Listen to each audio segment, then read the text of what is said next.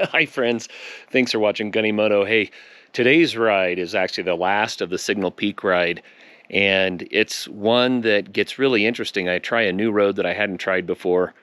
No idea where it was going to come out, and some beautiful evening scenery up in the sagebrush peaks. It was a lot of fun, but I want to point out, it's now the new year. It's taken me that long to get the videos posted, and I actually have another few videos from the fall that I'm going to post, and then maybe I'll throw in a few winter adventures while we're waiting for spring and the riding to begin again. But anyway, hope you enjoy today's ride.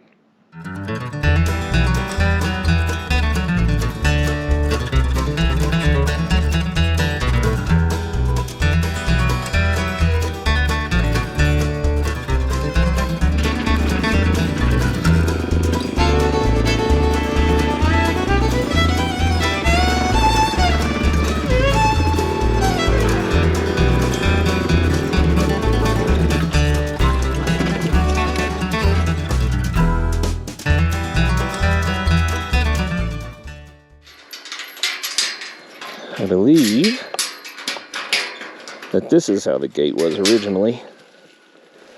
Same difference. It'll stay either way.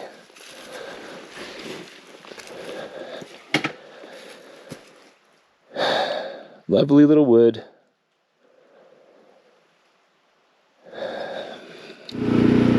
Because we all live our own lives. We have our own experiences, and from that we gain our own insights. It doesn't make us right. Matter of fact, we're probably more wrong than right. But that's okay. It's the process of learning and growing and sharing that as an act of love with others. I don't think it makes much sense to be dogmatic about it, to try to force your particular ideology on someone else. It makes a lot more sense to introduce ideas to each other, learn from each other, and see where you end up. Sharing,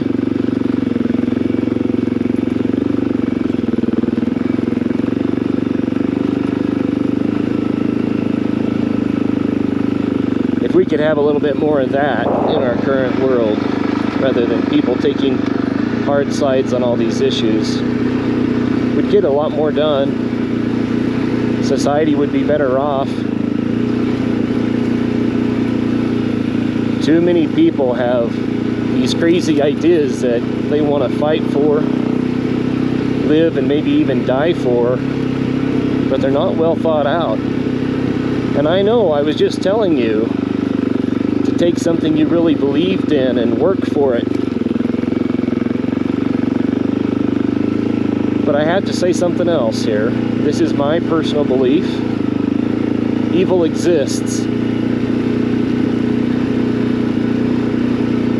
I know evil exists because I've seen evil. I saw a man banging his wife's face into the hood of his car over and over again.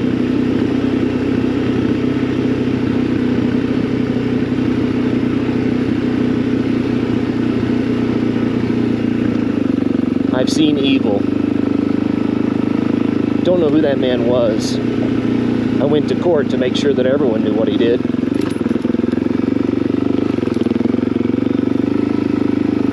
I just gave that one example because that kind of stuff is all over this planet. I've seen people so destroyed by substance abuse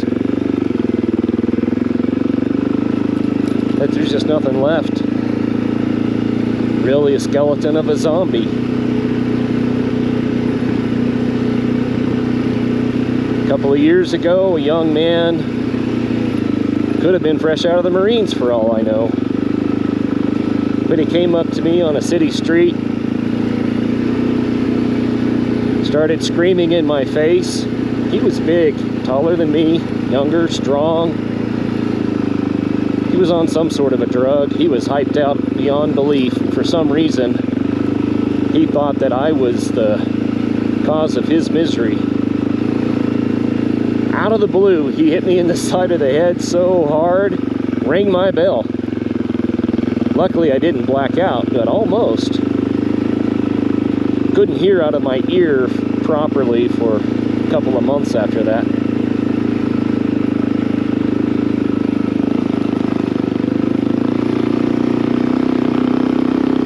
But you know what? I think that him hitting me out of the blue like that, that was wrong. That wasn't evil. That was a mistake. He was trying to tell me something. I don't know what it was. But he was trying hard to tell me something.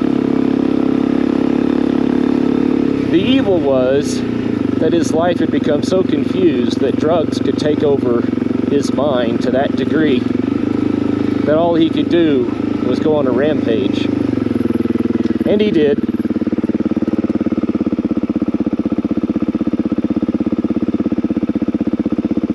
After he clobbered me, he jumped into a sidewalk cafe and started turning over tables and chasing all the dinner guests away.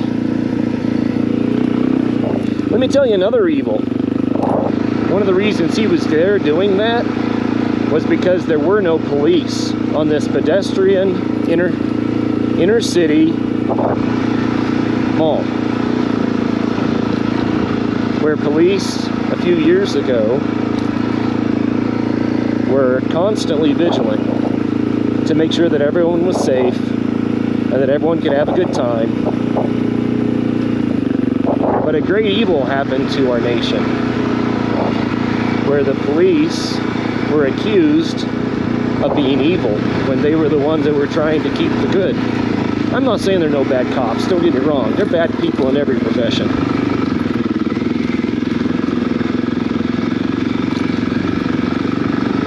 But to keep the peace, the police withdrew from places like that where they were most needed. And that's why one of the nicest inner city shopping areas now is run by druggies who are out of their heads.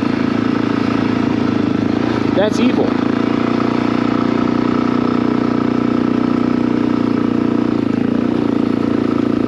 And the young man that clobbered me needed a lot of love and a lot of help.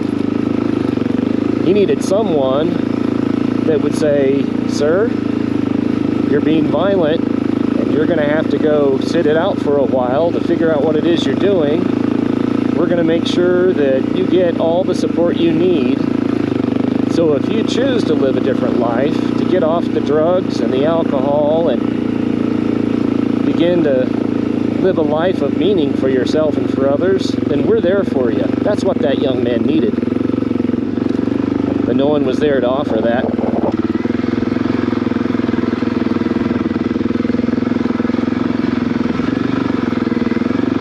That too is evil. So I believe in evil. And I believe in truth and goodness. So what I just said is, I believe in good and I believe in evil. And that may not be a popular belief among a lot of people today. But I've seen evil. I know what it looks like and feels like.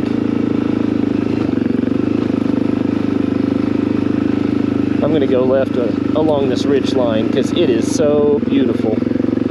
Little pig trail of a road. See where we end up.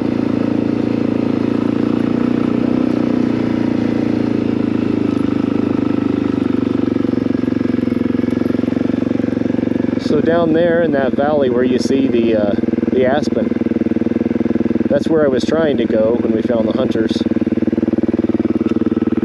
But now we're more away from the trees and the BLM land. I don't think we're going to run into any hunters here.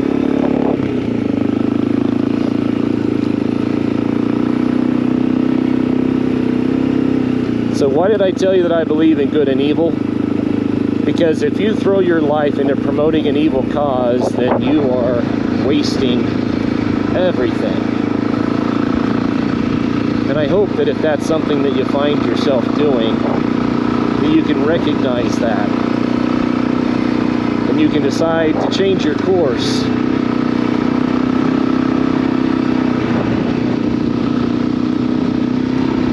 We're talking about the road less traveled.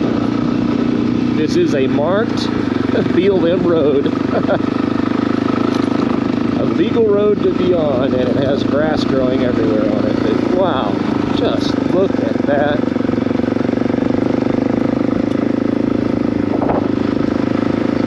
You see that road down there in the valley that goes out of here? We might find that road somehow. Never know.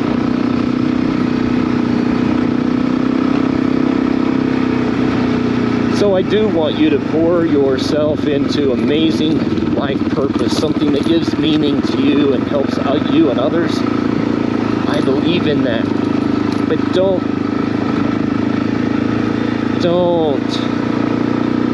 follow the roads that lead to death. Don't promote the evil that's in this world. Don't believe what people tell you without studying it out for yourself. I think any reasonable person, reasonable people that study out things for themselves generally come to better conclusions and life-giving direction for their lives. But the people who just take on someone else's ideology get all wrapped up in it and never do study it out for themselves. But somehow they're tempted by lust for power, or because they think that the world should be done a different way, but they don't really know what that way is, but they find someone charismatic who says, this is the way. So here's the thing, evil comes as an angel of light. Here's one example. This is going to get a little bit political. Like I said, this is offered in love, and I hope that we can agree to disagree.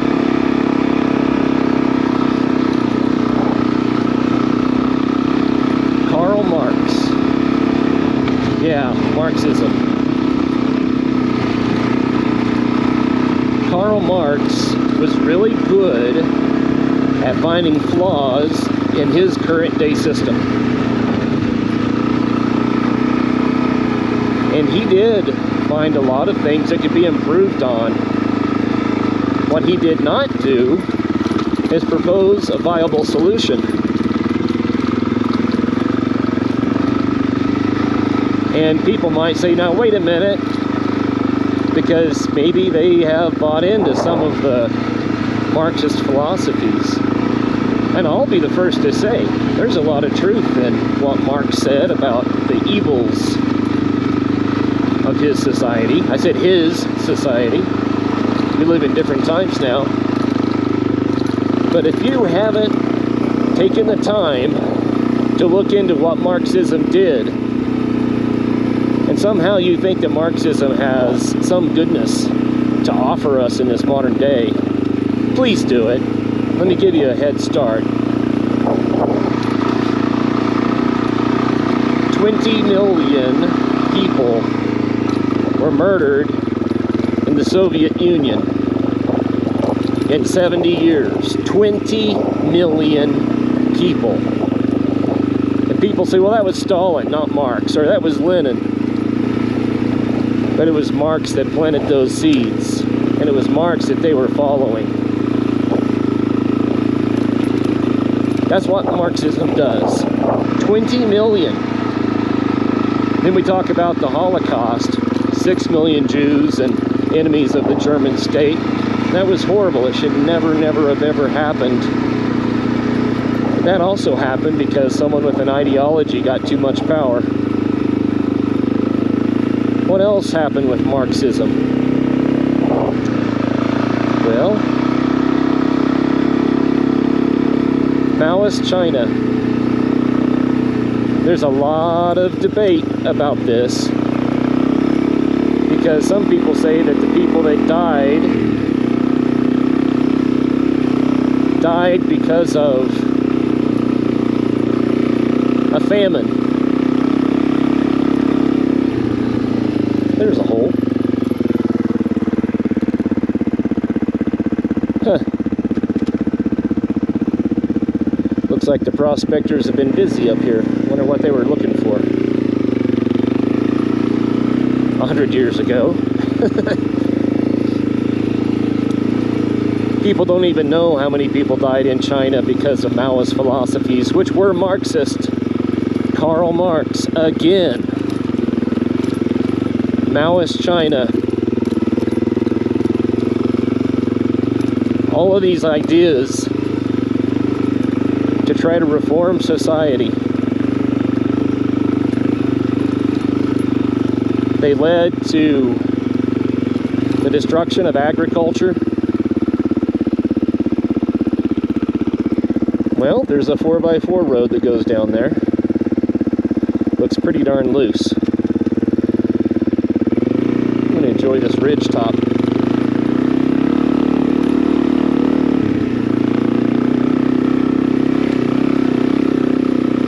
Well, agriculture was all but destroyed by stupid ideas. They did have some bad weather for a while, a drought, but the resulting famine was horrible. And I have to believe that if it weren't for the absolutely asinine, broken agricultural and industrialization practices of Maoist China, that people would have weathered the drought better. But then there were political enemies of the state who were incarcerated and put to death. You want to know what the total is? Well, a lot of people do. It's as high as 100 million. Some people say 50 million, being conservative, saying that we know it was at least 50 million, much more likely 80. But it could be as high as 100 million people because of an ideology, a foolish ideology, and a few people that thought they knew better than everybody else. They came to power and tried to enforce their ideas on everyone in a totalitarian sort of a way. So what did Karl Marx give us? 20 million dead in the USSR. 50, 80, 100 million dead in China. What about Pol Pot? Oh, there's Marx again. I don't know the numbers there, except he destroyed his country. So, you neo-Marxists that are out there, I know that Marx had a lot of inspirational things to say, and he identified a lot of problems to solve, and be quite interesting and academic. But look at the application, how it's never worked. It's never worked. It goes against human nature. I'll give you just a couple of examples. So here we back are in these musical rocks a little bit.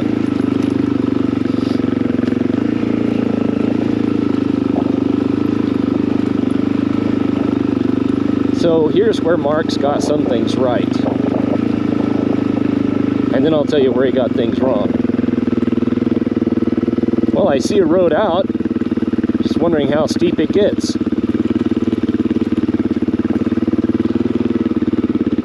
Yeah, it looks doable. Very steep. But we've done worse today. So Karl Marx realized that there was too much power and too much resources in the hands of too few people, and that they were oppressing others. Well, that does happen. So he named these things the bourgeoisie, those are the people in charge, and the proletariat, which was everybody else who were supposedly the oppressed. Now you notice that's very binary. didn't take the time to say that there might be all sorts of people that were neither oppressing nor oppressed. And actually, I think that's where the truth lies. He looked at the extremes and he said, some are oppressed and some are oppressing, and we must put an end to it. And we can see how that plays out in our modern day. We can define our own bourgeoisie, right? I mean, at one point in the past, the bourgeoisie, it was the feudal system, and we had the royal families that didn't allow anyone to own any of the land, and you had to farm land for them, and you were a peasant. And they would decide to go to war to get more land and more peasants, and so then they would call you to arms. So you would have to leave your family and your farm and go fight for this king, because he was royal. Somehow he deserves to tell you what to do. And you would go and die on the battlefield so that he could have more peasants and more land. Okay, so that's a good example of what Karl Marx was talking about. And then you see in the Industrial Revolution, Marx believed that the great industrialists took away the individual artisans' ability to create and sell the property that they created and have their own self-worth, because everyone had moved to the assembly lines, and in the assembly line you do a task instead of building something. And the end result of that is that the industrialist who owns the factory gets the end product, the end property to sell. He gets the benefit, while you just got a paycheck for doing a task, so you lost your autonomy. Marx believed that, and we can see how that plays out. And during the Industrial Revolution, and we see how a lot of people were hurt by long hours, child labor, horrible work conditions. There were greedy industrialists who certainly took advantage of people and oppressed them. That doesn't make industry wrong. It makes the industrialist wrong. And what Marx did not predict was that the laws could change to protect people from the evil ones. That we didn't have to overthrow the entire system. Rather, we had to put in laws that made the playing field more fair. And as that happened, this vast middle class began to develop. And people had more wealth and access to more goods and services than ever before in the history of the earth. All people. Granted, there are a few people impoverished, and the poor, they're always with us. We can help them. But we can't help them by destroying jobs. Help them by giving them jobs. So Marx said what we have to do is have all the industry owned by the state, centralized, have everybody work and contribute according to their ability. And then everybody will be paid the end product instead of going to the industrialist that owns the factory.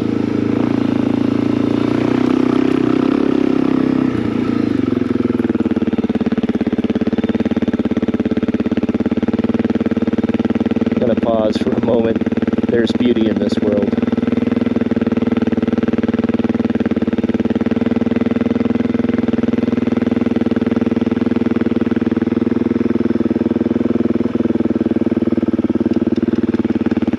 In this world. So the idea was that instead of the industrialist getting all the property at the end of the assembly line and all the benefit, that wouldn't belong to the industrialist. Instead, after everyone had contributed, all of the wealth generated would be distributed. So the famous statement from Karl Marx was, from each according to his or her ability, and to each according to his or her need. That's a pretty picture. Guess what? Human nature doesn't work that way.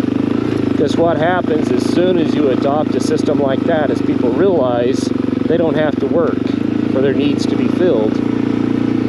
And the more free gifts they get from the government, the less pride they have in their own ability and accomplishment and achievement.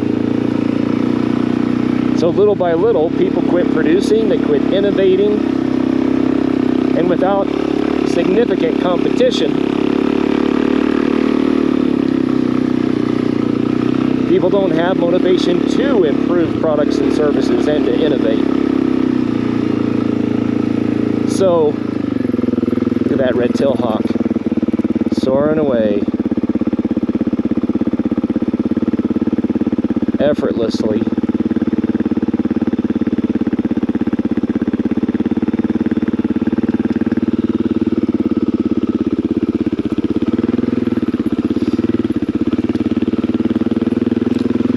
So when all the incentives go away for people to be productive,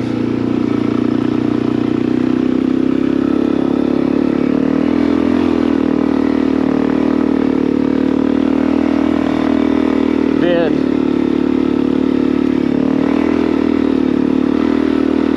everything starts to fall apart.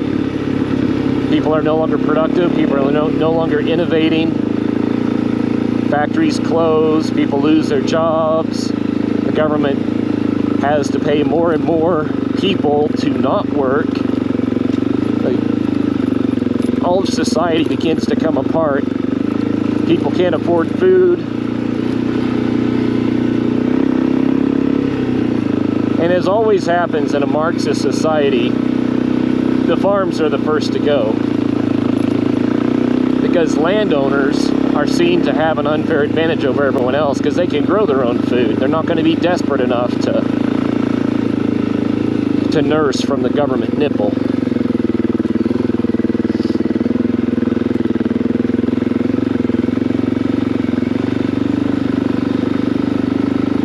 It's called human nature. You see, humans like a challenge. They like to learn and to grow. They like to work and produce. They like to have the benefit of their labor and opportunity to better their lives. That requires a lot of freedom. And that requires property ownership. Not just land. People have to own things, the means to their production. They have to own ways to learn. They have to own means of transportation. They have to own tools and ideas. And when individuals can own things and use things, then they make better and better and better things, and everybody benefits from that. I'm not an industrialist, and I agree that many of the industrialists were horrible people doing horrible things. But it's not a binary thing. We can take best practices from industry and innovation, and we can take best practices from law and protecting people and enhancing opportunity. Wow, we have covered, according to my silly little odometer here, we've covered 25 miles up here on these BLM roads. And I'm enjoying it. And I love it when the sun gets at this angle and you can start to see the shape of the hills. Beautiful.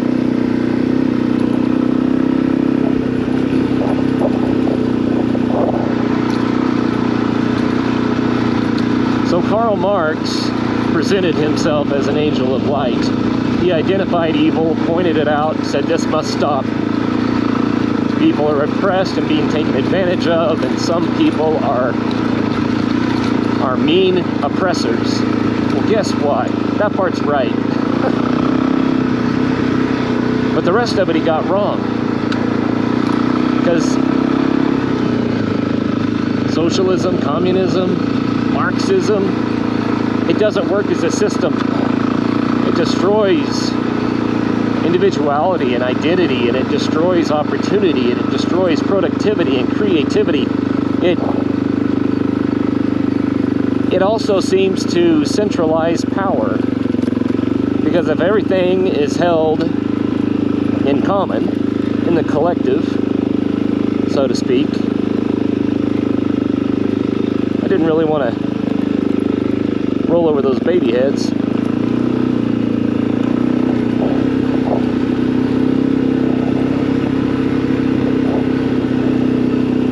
Then that means that someone has to decide what to do with all the resources that get centralized. And the temptation is too great to start making your life really, really luxurious at the expense of everyone else.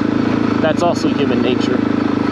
And that centralization of power and wealth that always comes with these systems, that's where the totalitarianism steps in.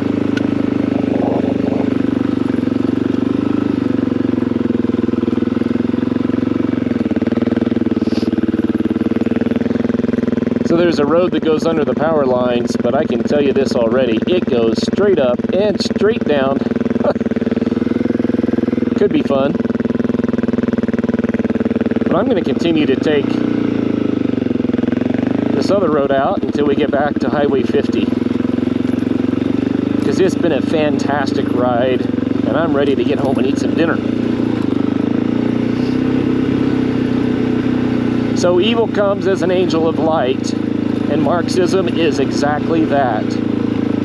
But here's the thing, we can learn some things from that thought process. The good parts, for instance, it's wrong to oppress people. It's wrong for just a few people to oppress the masses.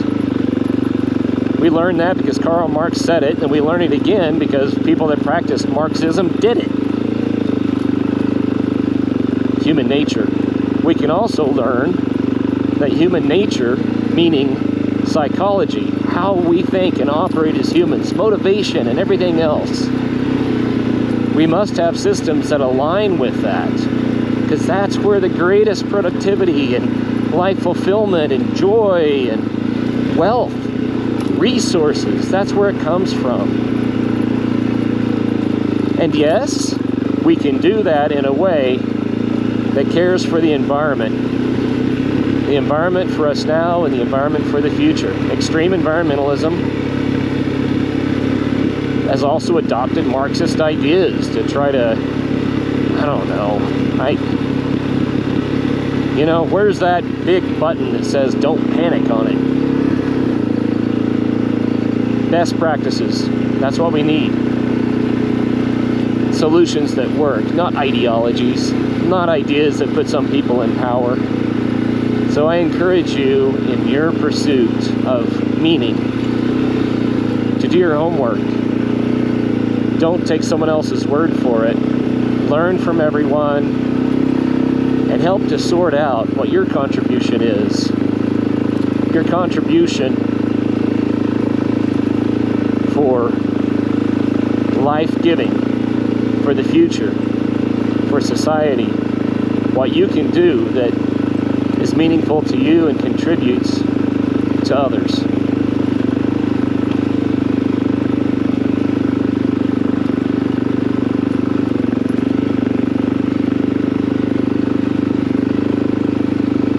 So we come again upon a gate.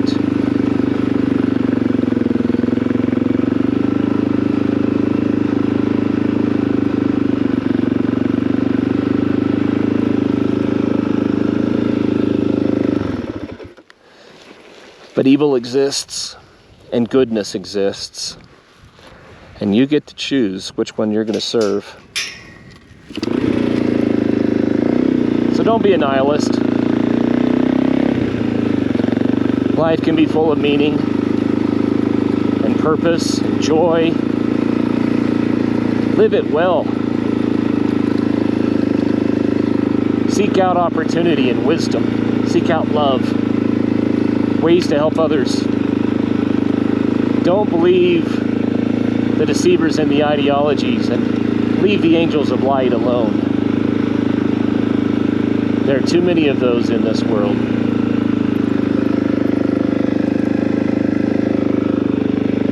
So So I'm going to take a right here on Highway 50 and be back home in about 2 minutes. And that's the end of today's ride. I hope you enjoyed it and that I didn't get too political. That was BLM roads, Signal Mountain, Signal Peak, I guess, Gunnison, Colorado.